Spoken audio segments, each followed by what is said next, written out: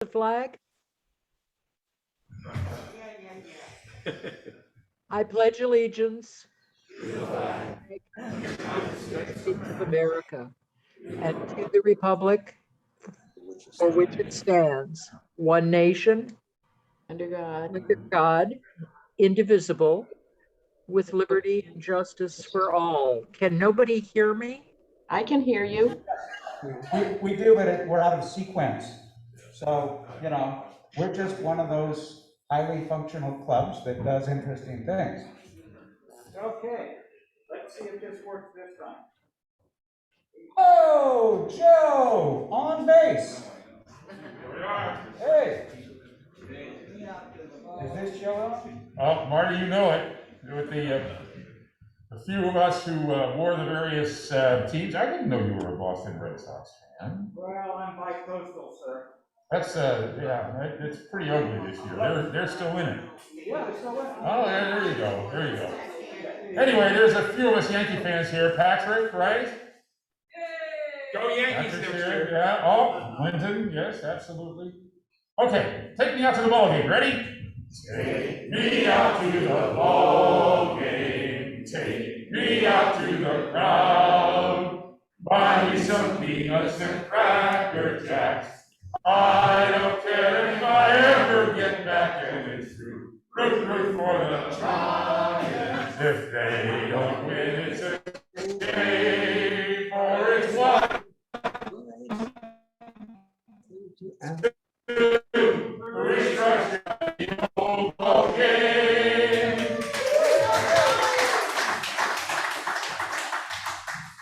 And we have greeters, Brian Bauer, thank you very much, and to everybody who was greeting everybody. Yeah, there we go. Did Brian Bauer stroll in at the last minute?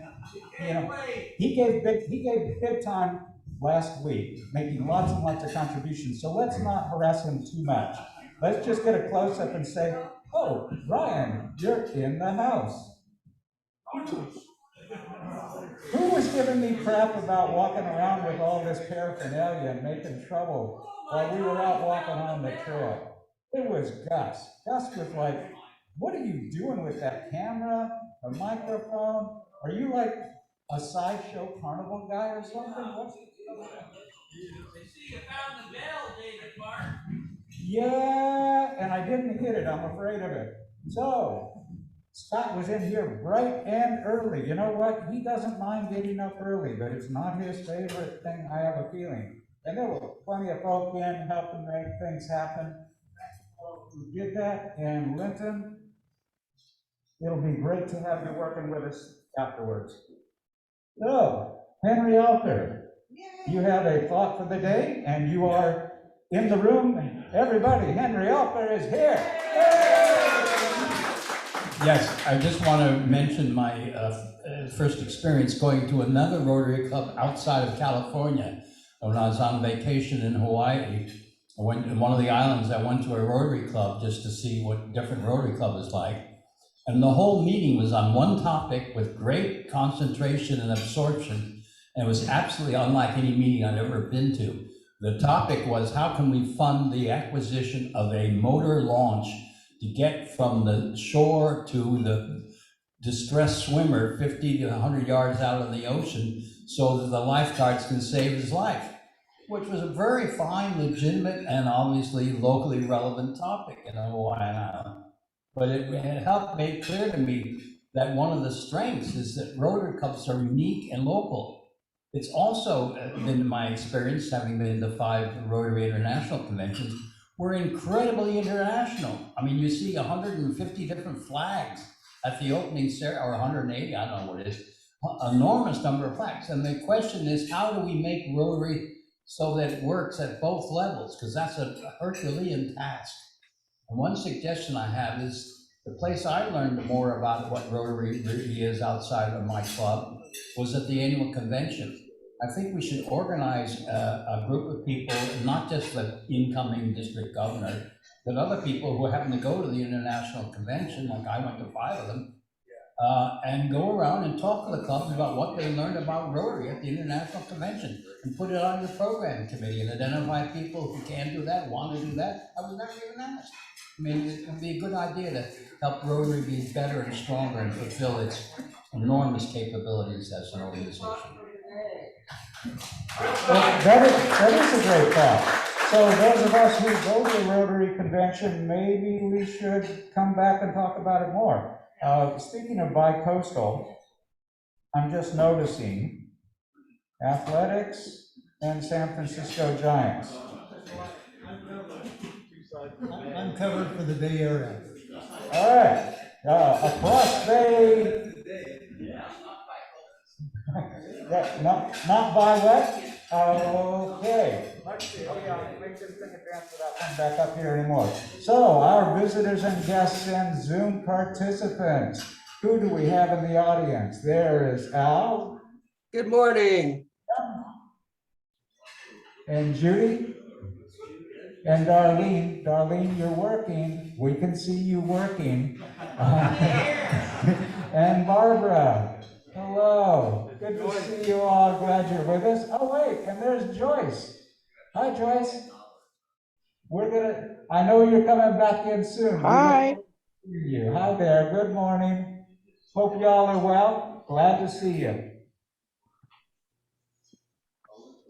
Okay. Stretch your stuff. Show your team. If you've got team regalia on, stand up and be recognized. Oh! Joe loves the Yankees. You still love the Yankees, right? Oh, yeah. Wait, the old saying, wait till next year. And what about Nick?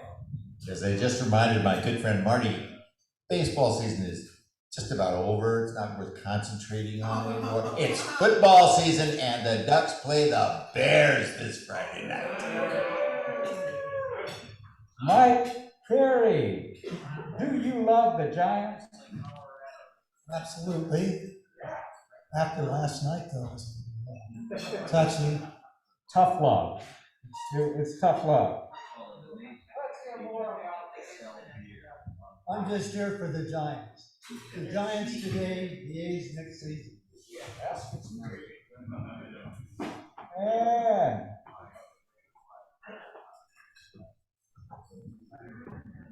The cashier is once again open, so if I missed you on the way in, stop by. Thank you. bring your money. And of course, people in the Zoom audience, we love to get checks from you or credit cards. Just go right online. Keep track of your own attendance and send in the bucks, and we will actually survive the year and be solvent. Wouldn't that be a nice idea? So, are we done with that part? Yeah. Let's move on. It is time to mute all. If you would, please. Mute. Folk in the background, and you know how to bring yourselves back into the room. And first order of business, Kathy and Joe.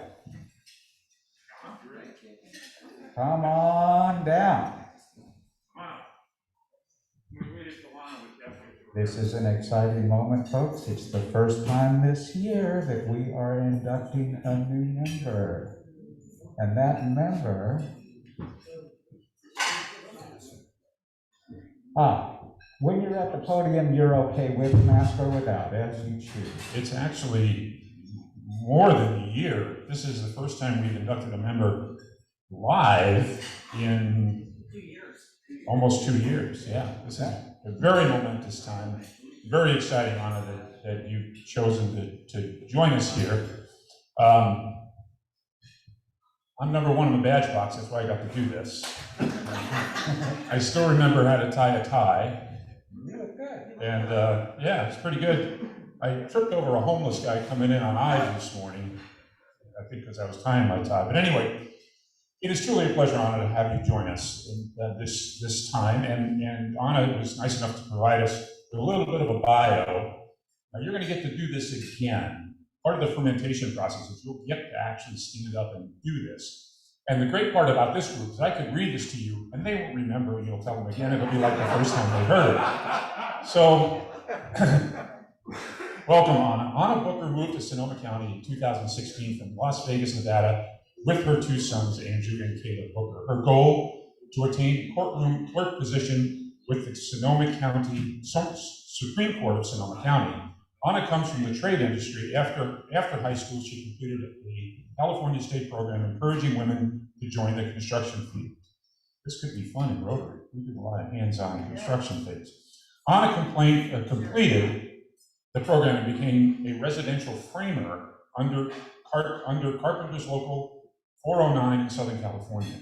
She reached 5th period apprenticeship when she chose a different career path after moving to Las Vegas in 1996. By accident, she fell into a legal career that landed her a job with the Attorney General's office of the state of Nevada.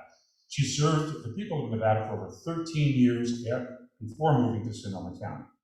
In 2016, after moving to Sonoma County, Anna was hired by Legal Aid to help the victims of domestic violence with the restraining order process. After the fires of 2017, while working for Legal Aid, Anna was hired as an outreach worker for the Council on Aging under the California HOPE program, a program helping those affected by the Tubbs fire. Soon afterwards, Anna wanted to help victims of domestic violence and attained a position with the YWCS as a domestic violence advocate. In 2018, Anna was hired by the Superior Court of Sonoma County in the Criminal Division. Anna planned to retire as a county courtroom clerk. However, just recently, a tragedy changed her career course, and now Anna is proud to state that she is a community outreach worker for West County Community Services, in hopes to become a valuable member of our community. I want to say, Anna, this is a perfect way to do that, to enhance and also complement you in what your goal is, because Rotary can help you as an individual leverage yourself with all these people in this room, other people here in Sonoma County, and over 1 million Rotarians throughout the world. So we are honored and pleased to have you here, and really we'll do everything we can. Now there's a fermentation process. You're going to have a mentor, believe it or not, and I'm happy to say that's Marty Webb. Marty is going to be there to help you if you have questions. Any of us will be here to help you with questions, certainly. I know you've already expressed some interest to join the membership committee to help with setup and takedown. As you can see, it's a great group, and they must have known you were going to be here because this is the largest in-person group we've had this year, and it's really great to see everybody in person. So, Anna, we have a suitable for framing and actually framed certificate of membership that you could proudly display. I'm sure you have an office. Isn't that very nice? We have a folder of different things here, the 4-way test. We have your new badge. The badge has a red ribbon. That red ribbon will be removed upon your fermentation, and Marty will help you with that. There's some stickers and pins. Rotary loves to have pins. Here's a little pin for you, a sticker for wherever you choose to put it, object of Rotary, 4-way test, all the various things. And we sent, oh, another pin, look at this, I'm finding stuff all over the place here. Rotary Club of Sebastopol Sunrise, please stand and welcome our newest member, Anna Booker.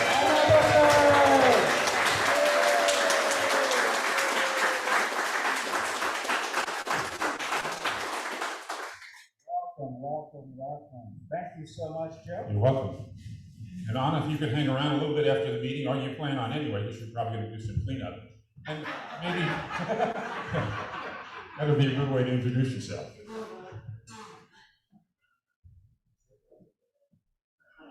Okay. Michael, don't forget, it's Jean's birthday coming up. And Mark Reese, is Mark Reese in the audience? I don't see him, but when you drop by, do say happy birthday. And Rod McCauley, Mary's birthday's coming up. You're not going to forget, right? I just found out that Lure Central on Bush Street has finally reopened since the pandemic. And so I'm thinking of sneaking her down there next Tuesday for a French dinner. That'd make it worthwhile to turn in here. Happy anniversary to Terry and Sue Kelly, who I think are off celebrating even as we speak.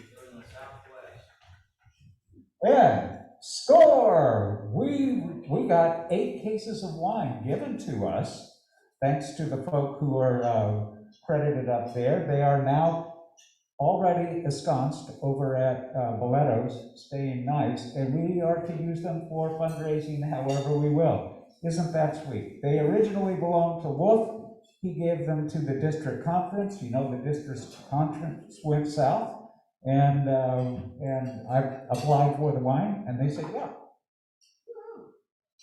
Linton Hale. Where are you, Linton? There you are. Linton Hale at his new home. Well, it's very exciting. I'm happy to say that Jennifer Jaffe chose us out of 10 offers, and I can't believe it. It's really a lot of work to take care of.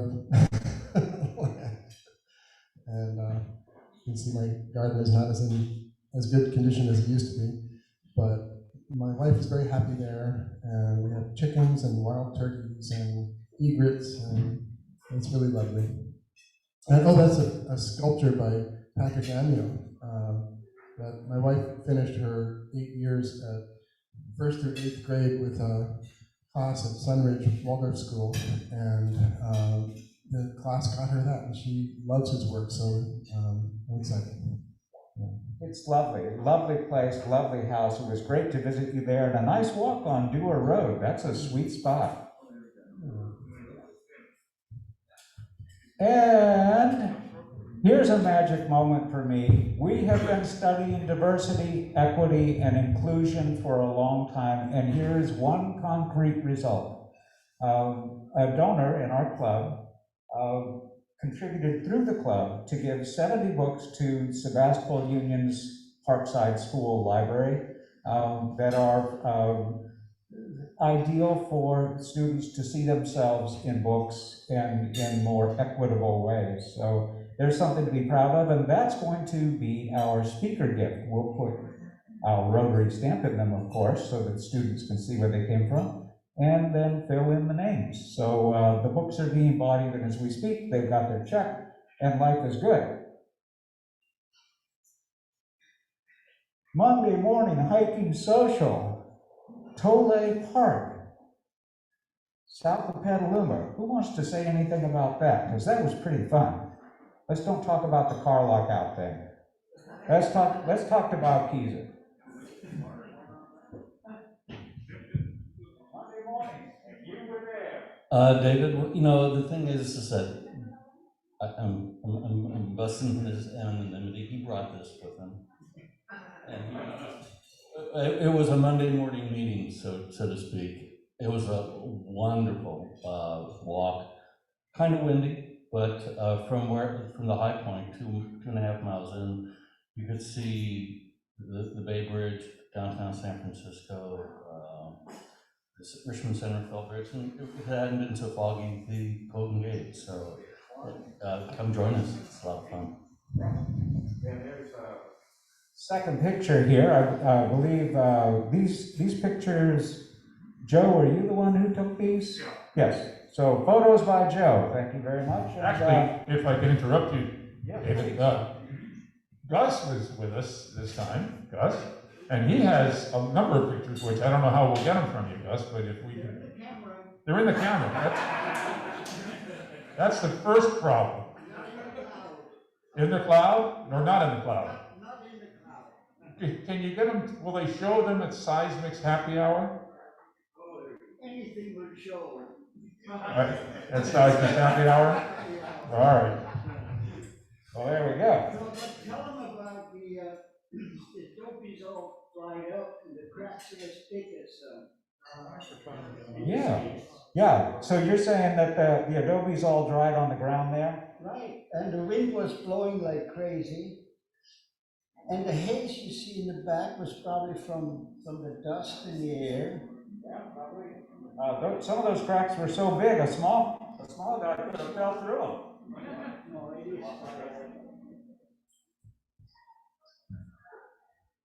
Okay, whoops. You know what? We went past the picture of Jim Blom, but let's get back to that. Oh, it did work. Jim Blom is the man. I'm driving down the street and my phone goes off and I pull over to the side. It's the Sebastopol city librarian saying there's a patron in here who is looking for a way to get food and laundry done. And I went, okay, that gets distributed, but I'm sorry, I don't quite remember what to tell this patron right now. So I reach over, I call Jim Blom's number, and he picks up, gives the information, I relay it back to the librarian, and a person was served. Thank you, Jim, for all that you do and all that you know, and it's fabulous to have you at the club. So, anybody have a moment of gratitude that they would like to share with the crowd? Something that makes you feel good and makes you feel wonderful that we could hear about. McLaughlin.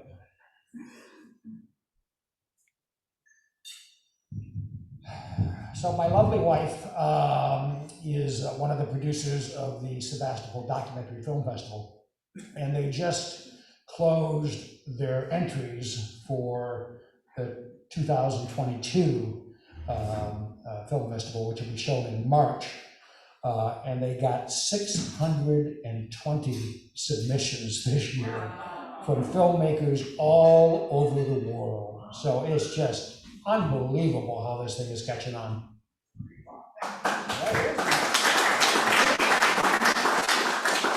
Anybody else before we pass on? Yes, please. These are the inserts that can go in anyone's mask. It just dawned on me that I should get some. They're all over there with Jerry, and they're free if you bought a mask.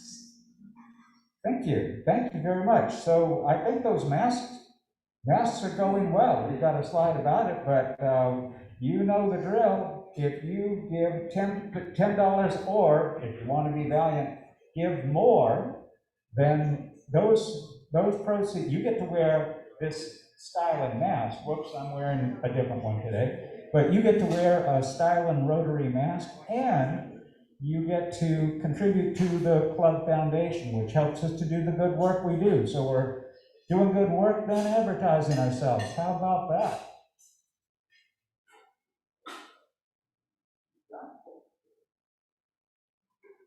And there it is. I think sales have been going well. And please add these things to your calendar. 7:30 a.m. and they're talking about 7:30 sharp when you come into the parking lot down at Hot Monk. Thank you. That's the spot to go. Then people ride share to someplace, and you can pace yourself, right? I can't quite keep up with these long-legged, fast-walking people, but you can pace yourself. And it's lovely and great exercise and very social. Wonderful thing to do. October 18th, board meeting. So that's this coming Monday, 5:30. It'll be on Zoom. And the Zoom link is on the club website calendar. So go to the calendar, not to the main page. Go to the calendar. And October the 26th, our board, at 5 o'clock, our board will meet with the district governor. And that will be over at the Coldwell Banker Building, corner of Morris Street and Bodega Avenue. Yeah, across from the bar. So go on over there, and then we will sojourn over to Woodford at 6:30. Thanks. We got Woodford on our mind, haven't we? Okay. And then, so he will then come, our district governor will come and visit with us here at the club at a regular meeting 2 weeks from now. So There is one protocol. There are probably some others that I won't have right. But one protocol is that you show up and you stay when the district governor's speaking. You don't jump up and run out to work or that sort of thing. You can go to the bathroom, but you have to come back. Okay. That's what no early labor means here. Any announcements for the good of the order?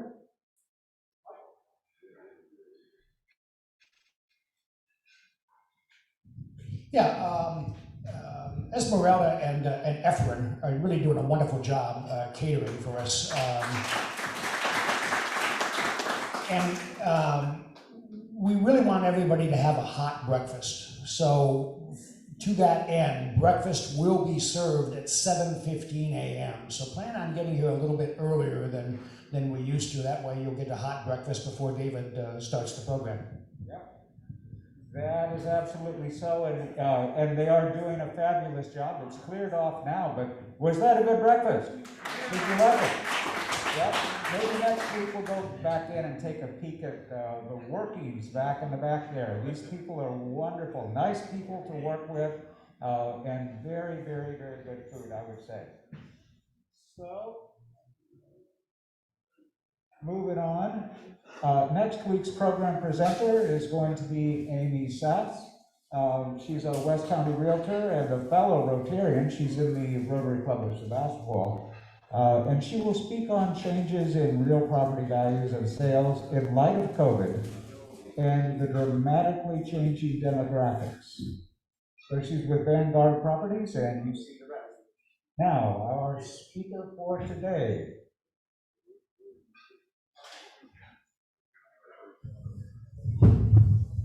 Okay.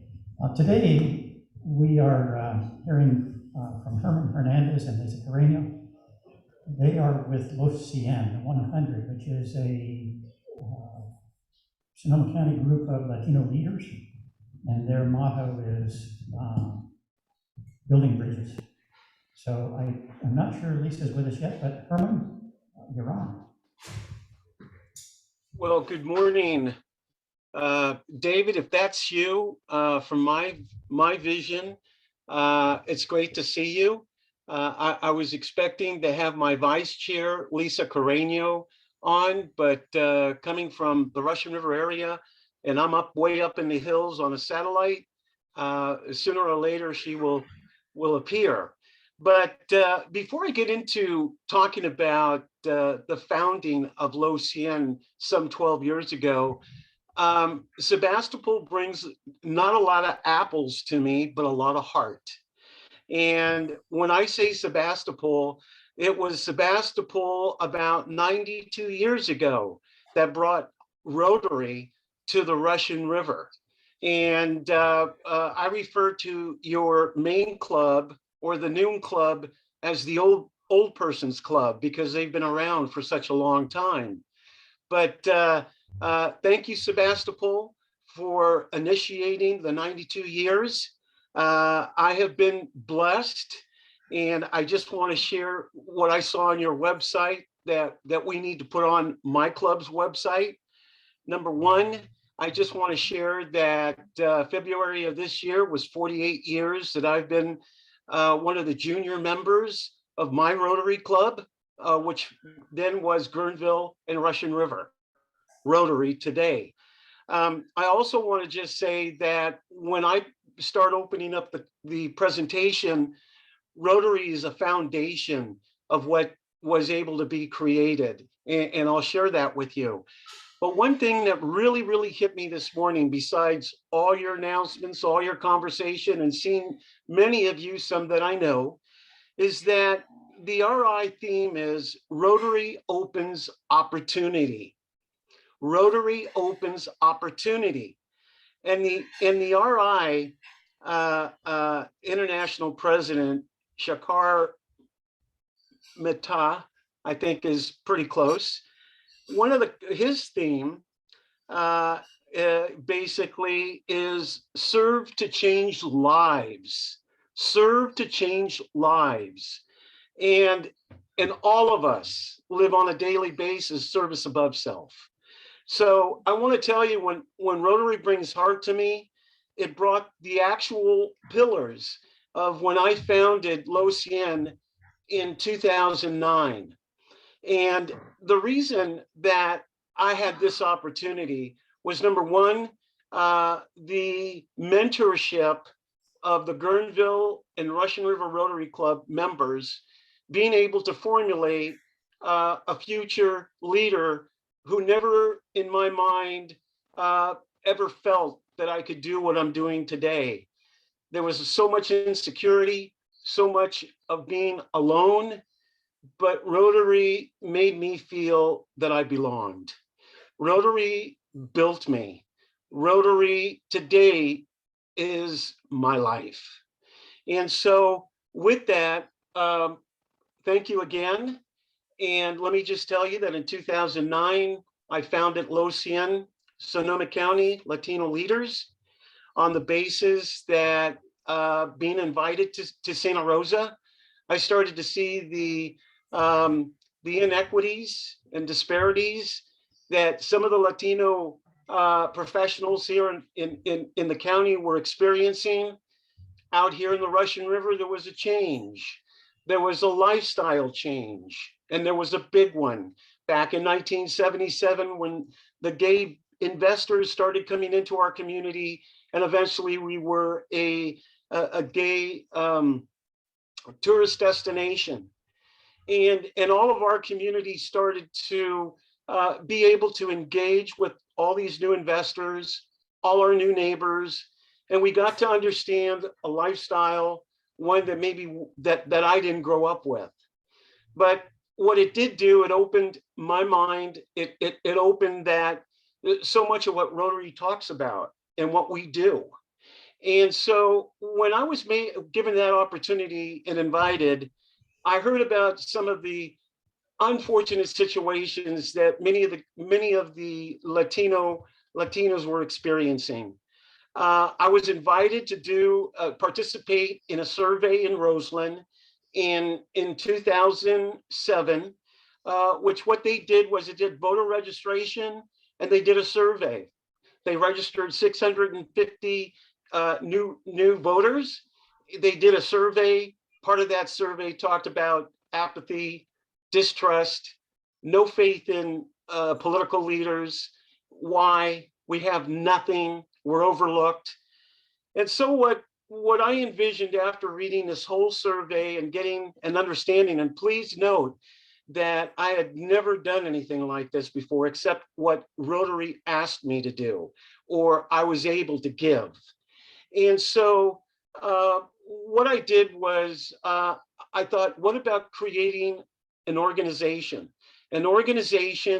that we can come to the table, very similar to what we do at our Rotary meetings, and to be able to engage with each other, but to elevate that engagement to where it was really kind of a group therapy where we encouraged each other to believe in ourselves, to get involved, to move forward, and to start building bridges. And so what transpired was that as we elevated, and let me just tell you, let me introduce my vice chair, Lisa Carreño. Good to see you, Lisa. I was a little bit worried I'd have to cover your part, but thank God you're here. And because the last thing I want is David to find me, that the other participant didn't come. But anyway, what we did, or what I started off with, was 7 individuals that were already somewhat involved. And let me just share with you that when I came into Rotary in 1973, it is my understanding, which I was told, that number one, I was the first Latino Rotarian in the Guerneville Rotary Club back then. And from my involvement in the 70s, I was the only Rotarian that was involved in our county, or maybe in our district at the time. That's what I was told. But I want to be able to bring it back, and just to be able to mention that as our group came together, part of Rotary, we have speakers, just like what we're speaking about today. My first speaker was at that time a candidate, Steve Freitas, who was running for sheriff. And previous to him coming in, because we didn't have the speakers, let me just backtrack just a little bit. The conversations that we talked about that I just shared with you were always done in the back room of Mary's Pizza. Why in the back room? Because much of what we talked about, myself and the others felt very insecure about talking about it publicly. This is 12 years ago. And so we came together in 2009, 7 of us. Steve Freitas made a presentation about how he was going to get more involved and understand the Latino community in law enforcement. And so as the journey started in the back room of Mary's Pizza, we lasted there about 11 months because there was no advertising, no nothing, word of mouth, and we outgrew the room. We went to Sam's on Cleveland Avenue Cafe 60, we grew out the room in 3 months. We moved to the Flamingo Hotel where I was shaking because, you know, it was a room for 75 and I had to guarantee. And you all know what it means that if we don't meet that guarantee. Well, we didn't have any funding, so I was, you know, the sugar daddy, I guess. But we outgrew that room to where we were averaging anywhere from 200 to 400 at any given time at the Flamingo Resort, to where eventually what we tried to do is, as the introduction talked about, building bridges and being a resource, being a connection. A word I knew, I still don't know how to spell, concierge. For any of you that are looking for pathways to make that connection and to be able to, you know, making that connection and collaboration. And so we then decided that we needed to elevate the conversation, and we created a couple of different events. One was the Latino Cultural Experience that we have now been doing for 8 years. It was very challenging last year. We did our first virtual. We had just about 10,000 views within that time period of that event. And again, it's a cultural Latino experience where we bring entertainment, we bring culture, and we brought it to the home. The second one that we're getting ready to do on November 18th, it'll be our 8th as well, will be the State of the Latino Address. And what we try to do here is we try to bring and elevate the conversation with national speakers that in one way or another aligns with LOCIAN and has really made a difference throughout the United States. And so we have been able to do that. We have been able to bring that. You know, we've had past Secretary of State Alex Padilla, who's become a friend, Kevin De Leon, the Secretary of State back about 3 years ago, pertinent to housing, and where billions were going to be distributed through the state of California. We brought that conversation to Sonoma County. So LOCIAN continues to evolve. We have an extremely very active program committee to talk about disparities, equity, calls of actions, how as a community we can come together as including our service organizations and how we can impact it. And I salute your pathway into the middle school of where you're giving cultural, traditional style books to the children so that they can go and visit and see some of the past heritage of where they come from and family. So, you know, my thing is that in my presentation, when I talk about LOCIAN, I'm all over. I love it. It's challenging. And you know, for what we've all lived, I'm a baby boomer. I grew up with Archie Bunker. Sometimes I still see it to remind me what it was then and what it is today. And I just have to share with you, and I'm going to pass it over to Lisa, is that it is so important for me and for us, for all of us, in where I've always commented, I would rather be at the table than on the menu. And I just asked that as we move forward, and there is going to be, some real elevated conversations in our county. In the November 18th, and I'll end it right here, on November 18th at the 8th Annual State of the Latino Address, we will be having Senator Alex Padilla speaking about the federal funding coming to the state and narrowing down into Sonoma County. We'll also have a national speaker from the University of Southern California, Dr. Manuel Pastor, who just finished writing a book on equity during the pandemic. And he will be highlighting and talking about much of what we are relatively aware about, but also the pathway of how some of this is going to change. And we're bringing in our new economist for Losien, Dr. Marlene Orozco, who will be talking about the Latino entrepreneurship. And we'll also be talking about a scorecard that we created 2 years ago, talking about five actual different areas of our county in need. So with that, I will leave and I will now hand it over to my vice chair, Lisa Carreño. Herman, are you actually leaving the meeting or are you just pausing? No, I'm not leaving, but I'm going to be silent. If you leave early? Yeah. Yeah, you do. Well, good morning, everybody. It's really lovely to join you. This has been a long time coming. Michael Fells and Charlie Judson, Herman and I have been in communication about doing this for months. So Herman and I are both really excited to speak with you this morning about Losien, Sonoma County. I hope you appreciate that it's just the two of us talking with you and sharing the story of Losien and the mission and purpose of the work, as opposed to looking at a PowerPoint program. I have put in the chat the website address for Losien, Sonoma County. It's Losien, LOSCIEN.org.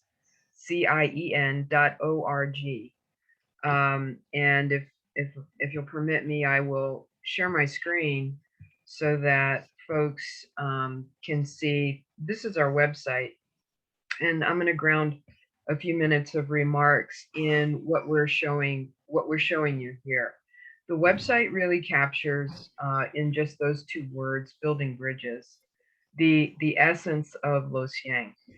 As Herman shared, in those early conversations and in the conversations that Losien has hosted over the past 12 years, what always becomes clear to us, clearer and clearer,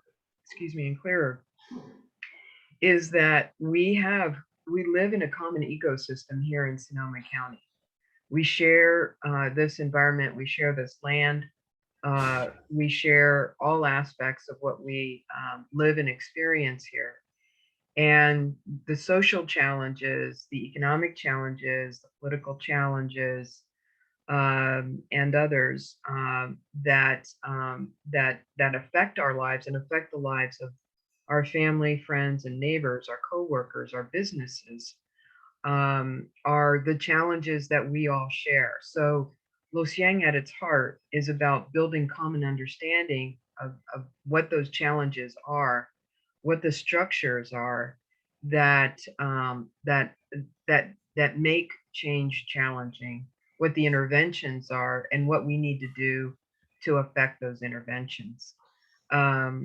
So we are about building a common understanding among all of us who live here, and especially to lift up and amplify the experience of the Latinx community, the very, very diverse Latinx community that resides here, that calls Sonoma County home, to build within our conversations a sense of belonging and trust, equity, and confidence that whoever that person is, whoever that individual is, they matter to us and their experiences matter to us. So, check out our website and also check out, I'm going to see if I can switch screens here. I urge you to check out also our Facebook page because it is here that we not only have information about our upcoming events. It is here where you can watch our past programs. So Herman particularly referenced the Latino cultural experience that was held at the Luther Burbank Center back in August. On our anniversary, October 1st, our membership development manager, Monica Viña, reposted that program or part of that program, and you can watch it. You can watch the whole program because all of our programs are virtual and they are simulcast on Zoom, Facebook Live, and also KBBF radio. But you can watch our past programs here on Facebook and get caught up on some of the topics that we've discussed recently. You know, we went virtual with our programs last April 1st because of the pandemic.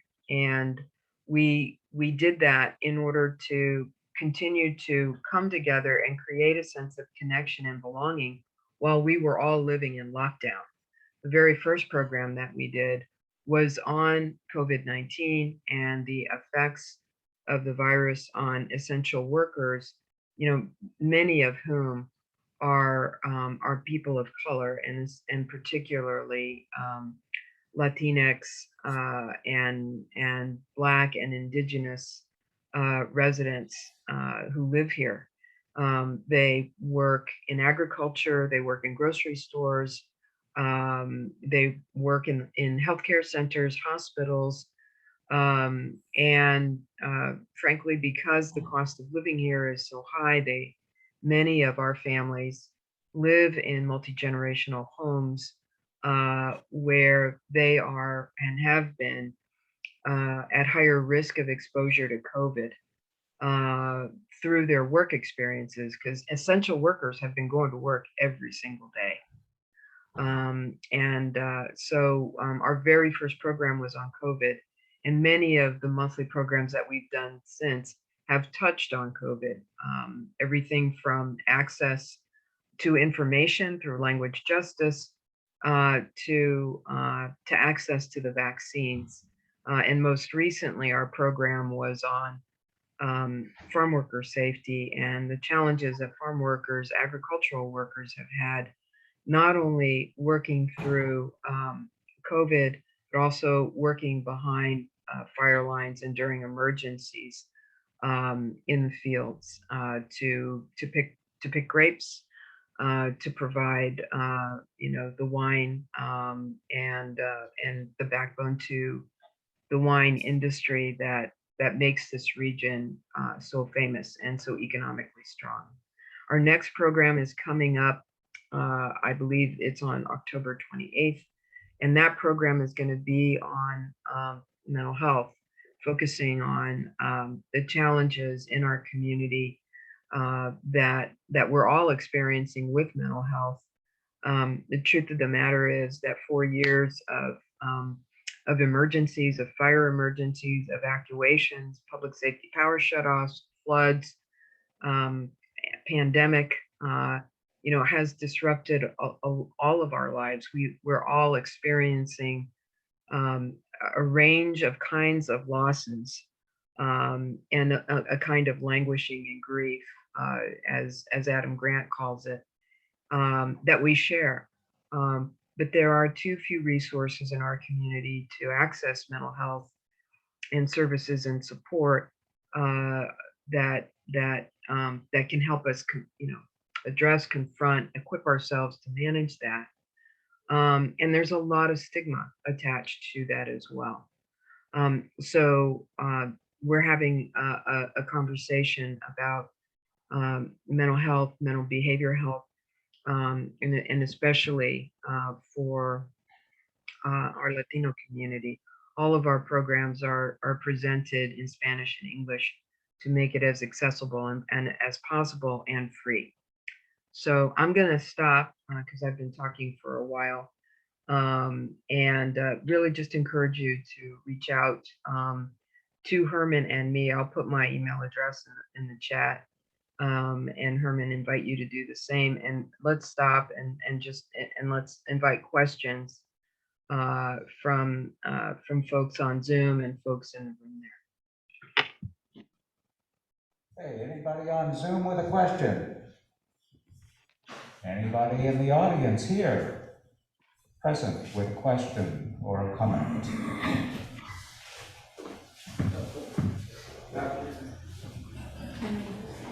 Henry Alter. Yes, is there any organizations similar to yours at a larger level, like district-wide or county-wide or statewide, that is active in furthering similar causes to your own? Well, there are a lot of organizations.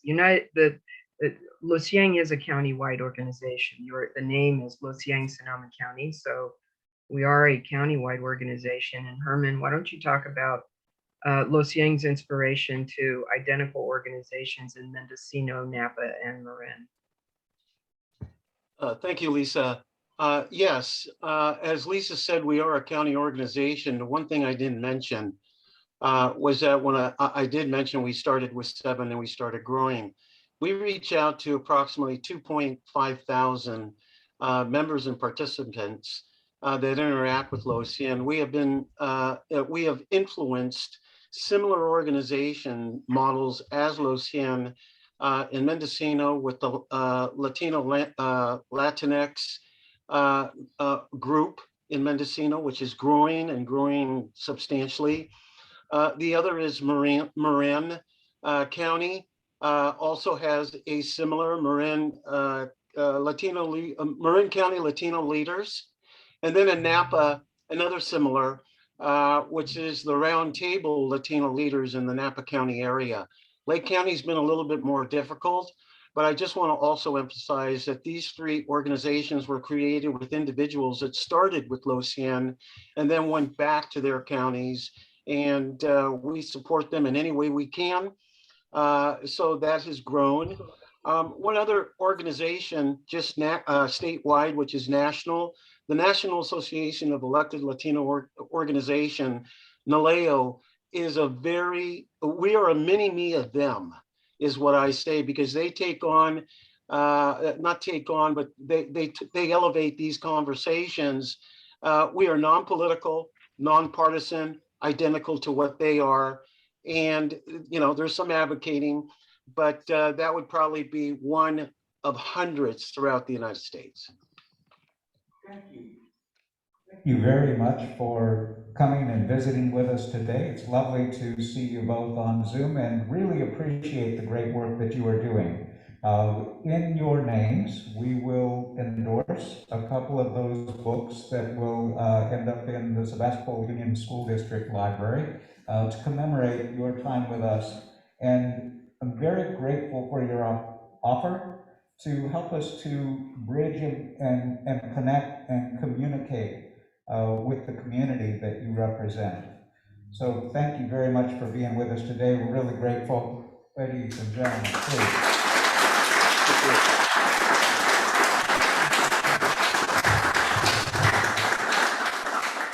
I have a question for Herman. It's Marty Webb. Herman, how are you, buddy? Pretty good. Listen, good. Listen, the County Board of Supervisors is thinking of redistricting. And one of the recommendations is that the coast be split in half.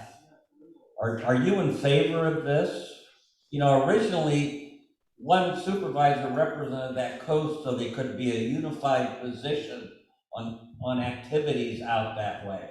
I'm worried that by splitting it, that won't happen. Do you have an opinion, and does your organization have an opinion on the redistricting efforts? We don't have an ahead. opinion as an organization, but Herman and I both have opinions. I've been in discussion on that. I've not made a conclusion yet. Again, not knowing all of you how long you've been in the 5th district, In all due respect to Marty, because I think we're maybe the same age, I've lived in the 5th District for 51 years. And so I've seen that representation. Where and how it could potentially be divided, and also whether or not at times you have one supervisor, as we've had in my 51 years, representing the whole 5th District, to consider about splitting it. The only thing that I can tell you, I'm still giving it some thought, but I did find out yesterday that when you talk about the coastal area, you're talking about a population of 2,000 versus a population, I think, of the 5th District, somewhere around 70 or 75,000, I think. So I really kind of take a look at that. And, you know, we all know if you live in the 5th District, it's the largest unincorporated area. And for us, Sebastopol is the only city compared to some of the other districts. So, Marty, get a hold of me and we can debate it and continue the conversation, because it is extremely important that we all get involved with this redistricting. Yeah, thank you very much. Again, thank you very much. That'll be all for questions now. We're in the interest of getting to time. But Brian. I just want to make sure we do forget to recognize one of our visitors. Brian has called me out on having forgotten to recognize and introduce one of our visitors, my friend John Gregg. John? Thank you everyone for welcoming me. I know several of you from the last 20 years or so of my work with the Interact Club over at Almelina for many years, and West County High School this year. So I'm excited to participate. It's long overdue that I joined. I'd like to join Rotary Club formally, and I've always felt welcome here whenever I visited, which has been several times.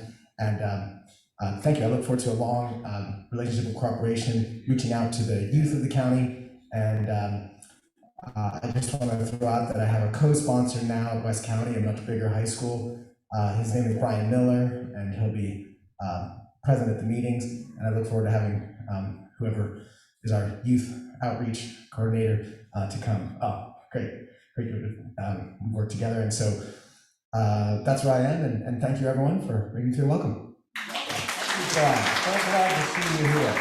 Thank you very much. What a lovely person. And Scott. Yes, I have a joke for you. It's a classic, but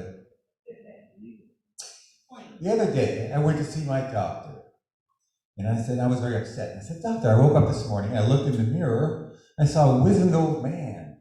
I mean, what could be wrong with me?" And the doctor said, "Well, a lot of things could be wrong with you, but your eyes are working just fine." There we go. And Joe, take us out, sir. Real